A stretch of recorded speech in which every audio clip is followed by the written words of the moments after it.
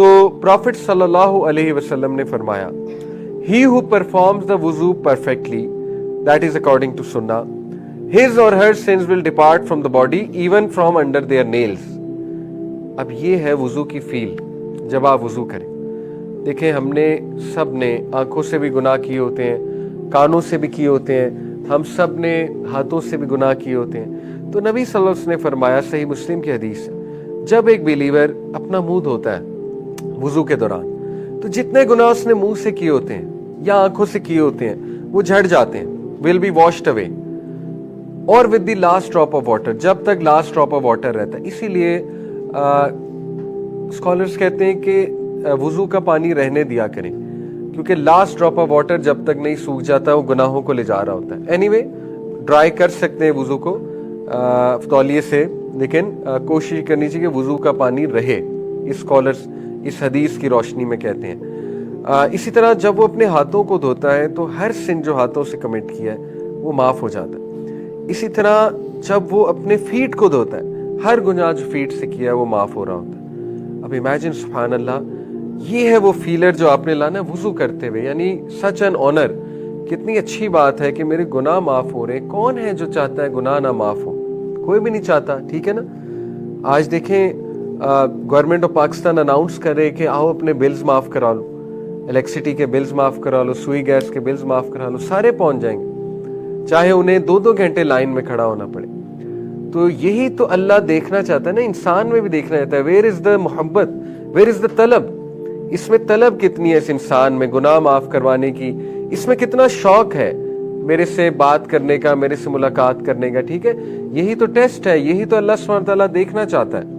تو اس کے لیے پھر ظاہر ہے یہ فیل لانا کہ وضو اتنی امیزنگ چیز ہے. اور پھر دیکھیں نبی صلی اللہ علیہ وسلم نے فرمایا وضو کے بعد جو یہ پڑھتا ہے اشہد ان لا الہ الا اللہ وحدہ لا شریک لہ واشہد ان محمدا عبدہ ورسولہ, اس کے لیے جنت کے 8 دروازے کھل جائیں گے, جس مرضی سے انٹر ہو. کتنی آنر کی بات ہے, کتنی آنر کی بات ہے. ٹھیک ہے, تو یہ دعا سکھائی ہمارے نبی نے صلی اللہ علیہ وسلم نے. تو وضو کے اور بھی کئی فوائد ہیں. آپ دیکھیں کووڈ میں سب سے کم جو کووڈ تھا مسلم کنٹریز میں تھا کمپیریٹیولی, بیکاز آف وضو. وضو میں ناک دھوتے ہیں, کلی کرتے ہیں, وضو ریفریش کرتا ہے. وضو جو ہے وہ آپ کو انرجائز کرتا ہے, لٹرلی انرجائز کرتا ہے فزیکلی اسپیکنگ. وضو جو ہے وہ آپ کو ڈیموٹیویشن آپ کی ختم کرتا ہے. میں آپ کو ایک تجربے والی بھی بات ہے, اور کئی ینگسٹرز نے یہ بات ہمیں بتائی ہے کہ جب گناہ کا ٹریگر آیا ہو اٹھ کے وضو کر لیں, ایسا ٹریگر غائب ہوگا کہ آپ کی سوچ, آپ حیران ہو جائیں گے ٹریگر کہاں گیا. لیکن اٹھیں گے ہی نہیں تو پھر وہ رہے گا وہ ٹریگر. ٹھیک ہے, اور اتنا سوال آپ سے ضرور ہوگا کہ تم اٹھ سکتے تھے, تم ٹریگر کو دور کر سکتے تھے, تم نے کیوں نہیں کیا. اتنا سوال آپ سے ضرور ہوگا. کوئی بھی انسان لاچار نہیں ہے, کسی کے ہاتھ نہیں ٹوٹ جاتے جب گناہ سر پہ آیا ہوتا ہے. ٹھیک ہے, وہ کر سکتا ہے کنٹرول. اینی وے, تو وضو is a great great great activity. اسی لیے ایک صحابی کا غالباً قول ہے کہ وزڈم کی ایک نشانی ہے کہ ایک بندہ وضو میں رہے ہر وقت. This is one of the signs of wisdom. حکمت کی نشانی ہے یہ. اس میں بہت سی حکمتیں ہیں.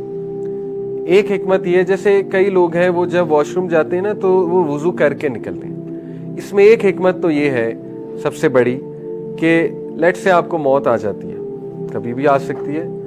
آج کل ینگ ایج میں ڈیتھس بہت کامن ہے, تو یو نیور نو. ٹھیک ہے, اللہ معاف کرے, اللہ بچائے, لیکن ایکسیڈنٹس بہت کامن ہے.